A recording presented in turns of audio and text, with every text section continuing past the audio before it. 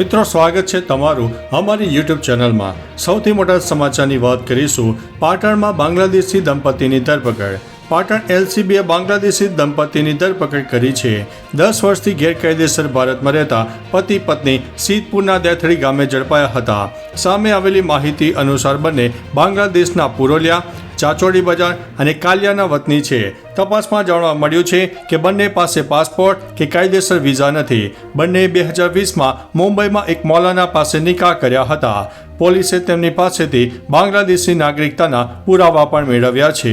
મિત્રો, અન્ય મહત્વના સમાચારની વાત કરીએ તો અંબાજી દર્શન કરીને પરત ફરતા પાટણના પરિવારનો અકસ્માત થયો છે। અંબાજી અને દાતા 4 લેન હાઈવે માર્ગ પર પાંસા પેટ્રોલ પંપ નજીક એક ગંભીર અકસ્માત સર્જાયો છે। પાટણનો એક પરિવાર અંબાજી માતાજીના દર્શન માટે જઈ રહ્યો હતો ત્યારે આ ઘટના બની હતી। કારમાં સવાર 5 લોકોનો આબાદ બચાવ થયો છે।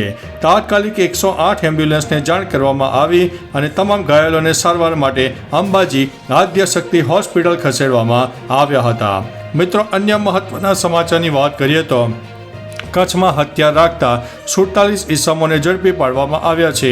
પૂર્વ કચ્છમાં હથિયારબંધી જાહેરનામાના ભંગ બદલ કાર્યવાહી કરવામાં આવી છે, જેમાં હથિયાર રાખતા 47 ઈસમોને ઝડપી પાડીને તેમની વિરુદ્ધ કાયદેસરની કાર્યવાહી શરૂ કરી છે। શરીર સંબંધી ગુનાઓ અટકાવવા પોલીસે ખાસ ઝુંબેશ હાથ ધરી છે। પોલીસે 47 જેટલા ઈસમોને હથિયાર સાથે ઝડપી પાડ્યા છે। આ આરોપીઓ પાસેથી છરી, કુહાડી, ધાર્યું અને લાકડાના ધોકા સહિતના હથિયારો કબજે કરવામાં આવ્યા છે। મિત્રો, અન્ય મહત્વના સમાચારની વાત કરીએ તો ભારતે બાંગ્લાદેશને આપ્યો છે મોટો ઝટકો। ભારત સરકારે બાંગ્લાદેશને મોટો ઝટકો આપ્યો છે। ભારત સરકારે શનિવારે પૂર્વોત્તર ભારત અને વિદેશમાં નિકાસ થતા બાંગ્લાદેશી પેદાશો ઉપર પ્રતિબંધ મૂકવાનો નિર્ણય કર્યો છે। બાંગ્લાદેશ ભારતીય નિકાસ પર નોન ટેરિફ અવરોધો મૂકી રહ્યું હતું।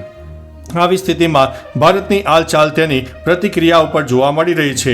મુશ્કેલીઓ સામે ઝઝૂમી રહેલા બાંગ્લાદેશ માટે ભારતનું આ પગલું મુશ્કેલ બની શકે છે। મિત્રો, અન્ય મહત્વના સમાચારની વાત કરીએ તો ચાઇનીઝ સાયબર ક્રાઇમમાં ગેંગનો આતંક સામે આવ્યો છે। છેલ્લા 15 દિવસમાં રાજ્યના 4 મહાનગરો અમદાવાદ, સુરત, રાજકોટ અને વડોદરાની સાયબર ક્રાઇમ ટીમો દ્વારા અથાતો સ્ટેટ સાયબર ક્રાઇમ સેલે 12 મહત્વના કેસો ઉકેલીને ચાઇનીઝ સાયબર ક્રાઇમ ગેંગના સાગરીતો અને ડિજિટલ એરેસ્ટ જેવા ગુનાઓ આચરનારા બેજાબાજોને ઝડપી પાડ્યા છે। ગૃહ રાજ્યમંત્રી હર્ષ સંઘવીએ આ સફળતા બદલ ગુજરાત પોલીસની તમામ ટીમો અને તેમને માર્ગદર્શન આપનાર અધિકારીઓને અભિનંદન પાઠવ્યા છે। મિત્રો, અન્ય મહત્વના સમાચારની વાત કરીએ તો વરસાદ અને વાવાઝોડાથી સ્થાનિકોને નુકસાન પહોંચ્યું છે। અરવલ્લી પંથકમાં એક અઠવાડિયાથી પડી રહેલા સતત કમોસમી વરસાદથી ગ્રામ્ય વિસ્તારોમાં મિલકતોને વ્યાપક પ્રમાણમાં નુકસાન થયું છે। ખાસ માલપુર, મેઘરજ અને ભિલોડા તાલુકાના આંતરિયાળ ભાગોમાં વાવાઝોડાની વ્યાપક અસર જોવા મળી। સરકારી રાહે આવી નુકસાનીવાળા વિસ્તારોનું સર્વે કરવામાં આવતા કેટલાક મકાનોના પતરા ઉડ્યા તો કેટલાકના છાપરાનો ભાગ તૂટી પડ્યો। મેઘરજ તાલુકામાં લગભગ 150 કરતાં વધુ મકાનોને નુકસાન થયું છે। મિત્રો, અન્ય મહત્વના સમાચારની વાત કરીએ તો શંકાસ્પદ બોટ દેખાઈ, ફરાર થઈ ગયા હતા લોકો। ગુજરાતમાં માછીમારોને સુરક્ષા એલર્ટ પર પરત બોલાવી દેવામાં આવ્યા છે। હવે ન્યૂઝ છે કે જાફરાબાદથી દરિયામાં 22 નોટિકલ માઇલ દૂર બોટ નજરે ચડી હતી। માછીમારોએ તેને પકડવાનો પ્રયાસ કર્યો પણ તેઓ ભાગી ગયા હતા। ખાસ કે માછીમારોએ કોસ્ટગાર્ડને જાણ કરતા તમામ તપાસ હાથ ધરાઈ છે। મિત્રો, અન્ય મહત્વના સમાચારની વાત કરીએ તો ભારતે પાકિસ્તાન સાથેના તમામ ટ્રેડ રૂટ બંધ કર્યા છે। ભારત, યુએઈ, ઈરાન અને અન્ય ગલ્ફ દેશોમાંથી આવતા તમામ શિપમેન્ટની ઊંડી તપાસ કરી રહ્યું છે।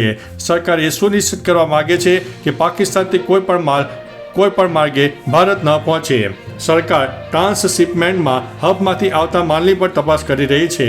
આ ઉપરાંત અધિકારીઓ એ પણ નજર રાખી રહ્યા છે કે શું પાકિસ્તાની માલ કોઈ ત્રીજા દેશ દ્વારા ભારત પહોંચે છે। મિત્રો, અન્ય મહત્વના સમાચારની વાત કરીએ તો અરુણાચલ પ્રદેશમાં ભૂકંપના આંચકા જોવા મળ્યા। ગઈકાલે સવારે 5:06 અરુણાચલ પ્રદેશના દિબાંગ ખીણમાં ભૂકંપના હળવા આંચકા અનુભવાયા। રિક્ટર સ્કેલ ઉપર તેની તીવ્રતા 3.8ની માપવામાં આવી। આ ઉપરાંત રાત્રે લગભગ 2 વાગ્યે ઇન્ડોનેશિયાના ઉત્તર સુમાત્રામાં ભૂકંપના આંચકા અનુભવાયા। અહીં તીવ્રતા રિક્ટર સ્કેલ ઉપર 4.6ની માપવામાં આવી। હજુ સુધી બંને જગ્યાએ કોઈ નુકસાનીના સમાચાર નથી મળ્યા। મિત્રો, અન્ય મહત્વના સમાચારની વાત કરીએ તો ખરાબ સમાચાર, ઈસરોનું 101મું મિશન ફેલ થયું છે। ઈસરોના PSLV C-61 રોકેટનું લોન્ચ મિશન નિષ્ફળ ગયું છે। ટેકનિકલ ખામી સર્જાતા પરિણામે મિશન અધૂરું રહી ગયું છે. પ્રથમ અને બીજા તબક્કામાં સફળ થયા પછી ત્રીજા તબક્કામાં EOS 09માં ખામી જોવા મળી.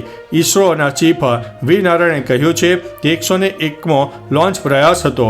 PSLV C-16નું પ્રદર્શન બીજા તબક્કા સુધી સામાન્ય હતું. ત્રીજા તબક્કામાં ખામી સર્જાતા મિશન પૂરું થઈ શક્યું નહોતું. મિત્રો, અન્ય મહત્વના સમાચારની વાત કરીએ તો ગરમીનું જોર યથાવત, તાપમાન 41 ડિગ્રી સુધી પહોંચ્યું. ગુજરાતના અનેક જિલ્લામાં ઉકળાટ ભરેલી ગરમી યથાવત જોવા મળી. સુરેન્દ્રનગરમાં સૌથી વધુ 41 ડિગ્રી તાપમાન નોંધાયું. કંડલામાં પણ 40.1 ડિગ્રી તાપમાન નોંધાયું. હવામાન વિભાગની માહિતી પ્રમાણે રાજ્યમાં વરસાદની સિસ્ટમની અસર ઘટી રહી છે, જેના પગલે ગરમીમાં વધારો અને બપોરના સમયે તીવ્ર લૂ લાગી શકે છે. અમદાવાદ, ગાંધીનગર, રાજકોટ સહિતના વિસ્તારોમાં પણ તાપમાન 38 ડિગ્રીથી વધુ નોંધાયું છે.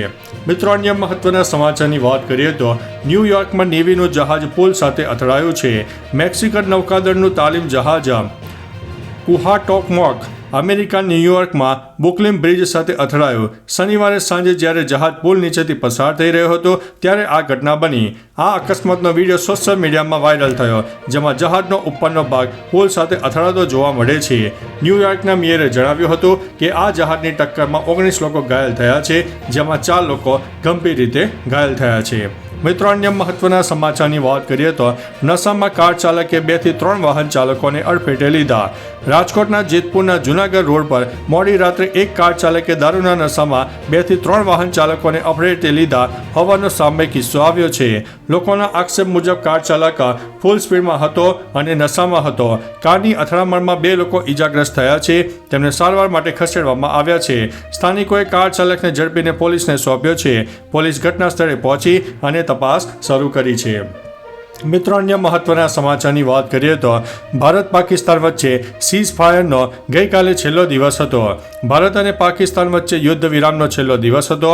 ગત 14મી મેના રોજ ભારત અને પાકિસ્તાનના DGMO વચ્ચે થયેલ વાતચીતમાં યુદ્ધ વિરામ 18 મે સુધી લંબાવવા પણ સંમતિ સધાઈ હતી. સૂત્રોના જણાવ્યા અનુસાર 19 મેના રોજ ફરી એકવાર DGMO વચ્ચે વાતચીત થઈ શકે છે. ત્યારબાદ સ્પષ્ટ થશે કે બંને દેશો વચ્ચે યુદ્ધ વિરામ ચાલુ રહેશે કે નહીં.